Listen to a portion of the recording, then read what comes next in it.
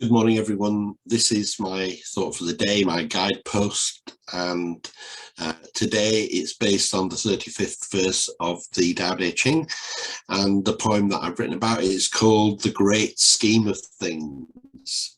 Life and love are the constant of the universe. Like a river, they flow through all, uninterrupted. In the duality, there appears to be a great divide, and yet, unceasingly, without dichotomy, the oneness has its way. There is no fight, both left and right, up and down, in and out rely on the great way. The Tao neither commands, controls, nor takes possession of the will of those who follow the life-giving spirit in each step they take. Greatness is achieved by the wise in realizing that, like the sky is over everything, everything returns to its place. No domination is necessary for us to be who we are in the great scheme of things. I love the Tao Te Ching. It makes me think thoughts. It's thoughts you've never thought before. It's the Wizard of Oz, isn't it? With the thoughts I'd be thinking I could be another Lincoln. I'd be thinking thoughts I'd never thought before. And the Tao Te Ching does that for me. It elucidates parts of your mind that you didn't think that you had the capacity to think about. And most of my life, I've been into organizational skills, bookkeeping, and cricket scoring as a young man. I used to be the scorer at the junior. We won. Well, I say we won. The team, my team, that I was the scorer for, they won the Priestman Cup in Bradford at the age of 10, 11. We had the best cricketers in Bradford. So I've been into, I love to organise my books, my CDs, all into some nice, neat order. But in the great scheme of things, the Tao Te Ching is saying that everything has its place. No domination is necessary. No organisation is necessary for us to be who we are. We just have to be. At school and in life, our employers, our parents, our teachers, they all demand that we behave in a certain manner to suit them. But the Tao Te Ching, the great way of life, doesn't demand anything of us. It's quite content with us just being who we are. It doesn't need us to fit in with its plans, because the very fact that we are here is proof that we are part of the plans of the Tao. Isn't that just wonderful? I don't have to be anything. It reminds me of the story of Mary and Martha.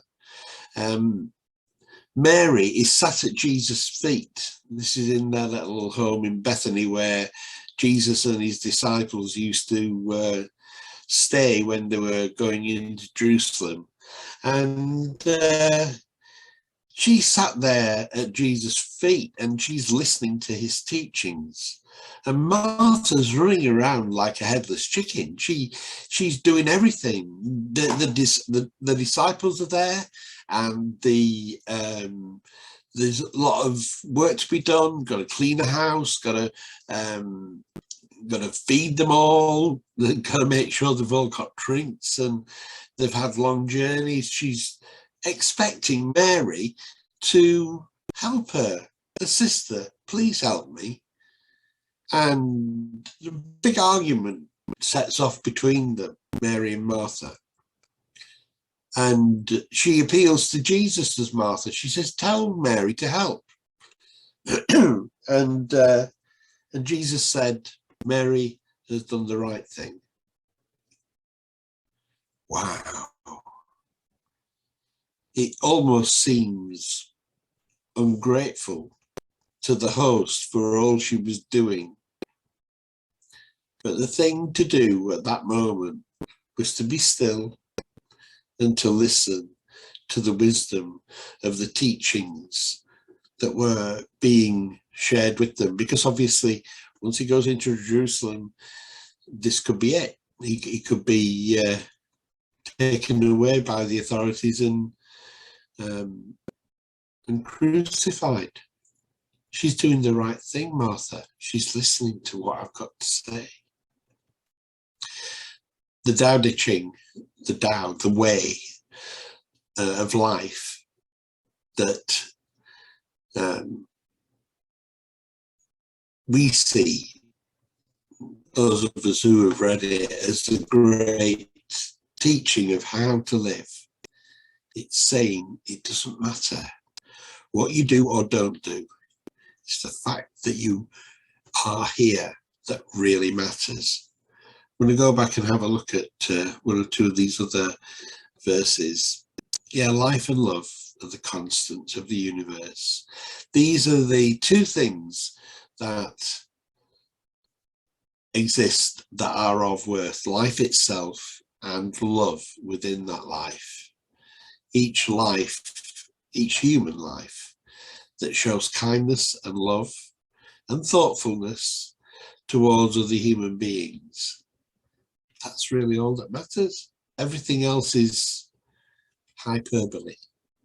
It's of no real consequence. What job you do,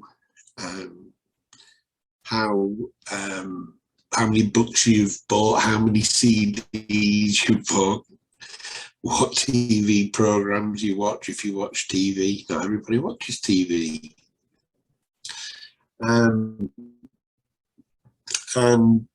none of these other things matter. Where you go on your holidays, how much money you've got in the bank, how many wonderful clothes you have to wear. Nothing of that is really of any consequence whatsoever. What matters is love.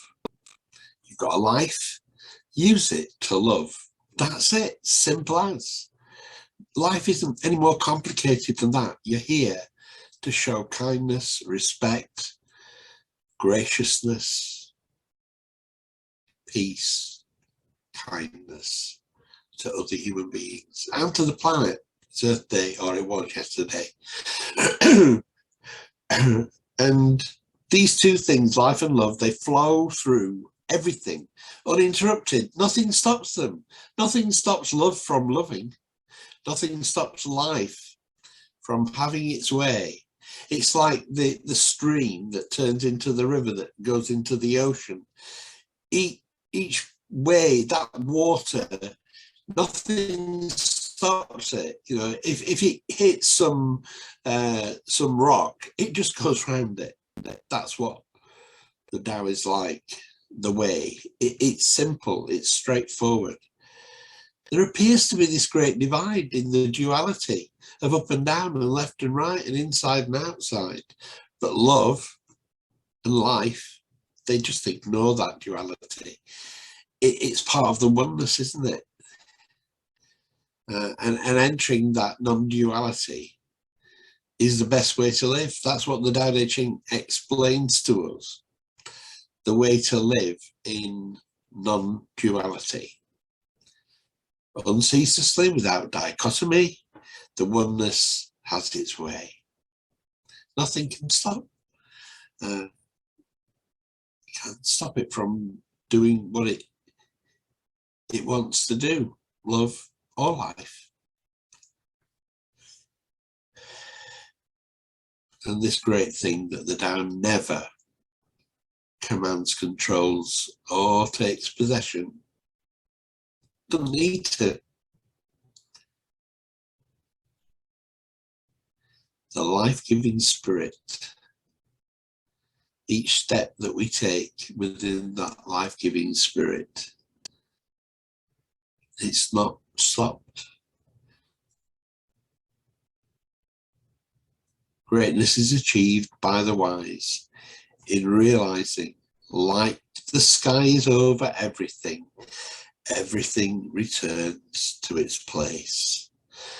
no domination is necessary. One of the great fights on the planet, other than for money, is for power, possession of land. There's a verse in the scriptures and it says, God sits in the heavens and he laughs. That's not what it's about. Where you draw the lines on the map doesn't really matter in the long-term scheme of things. Maybe for one lifetime or two, you might get a dynasty, you might get an ongoing monarchy, you might get something that lasts for a few hundred years. Even the Roman Empire only lasted for 600-700 years. And in the scheme of things, in a planet that is 3.4 billion years, or 3.5 billion years old, a few hundred years is neither here nor there. It doesn't really matter. What matters is the life that you've got and the love that you can share while you're here, while you're in this physical body. You can show kindness, respect. You can be decent. That outlasts all time.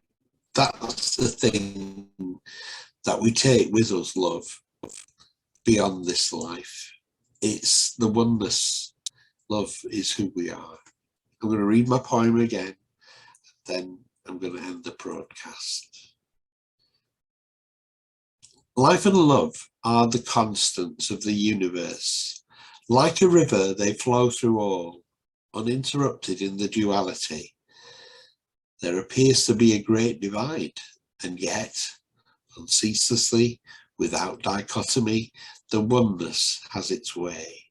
There is no fight, both left and right, up and down, in and out, rely on the great way.